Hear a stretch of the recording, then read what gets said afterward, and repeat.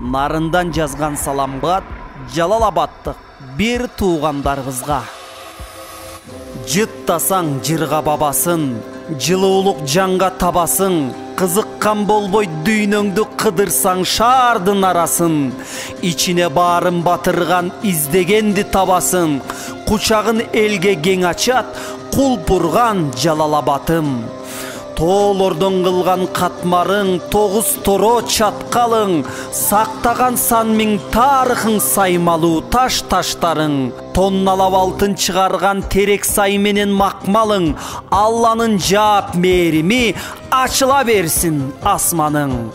Батырлар чыккан мен деген, асылдар чыккан эл деген, айтылуу сары челектей ажарын ачкан көл деген, байырлап отурукташып баргандар сенден келбеген, жергеси кандай аксынын жеңи жок акын жер деген. Толгонсо акыл жетебе, торгойдун чыккан нечене, ак таңдай кыргоол Эшмамбет акындар өткөн кечеге, айтпасак деле белгилүү ал жердин кандай экени, тог этер жерин айтканда, ток-тогул өнөр мекени.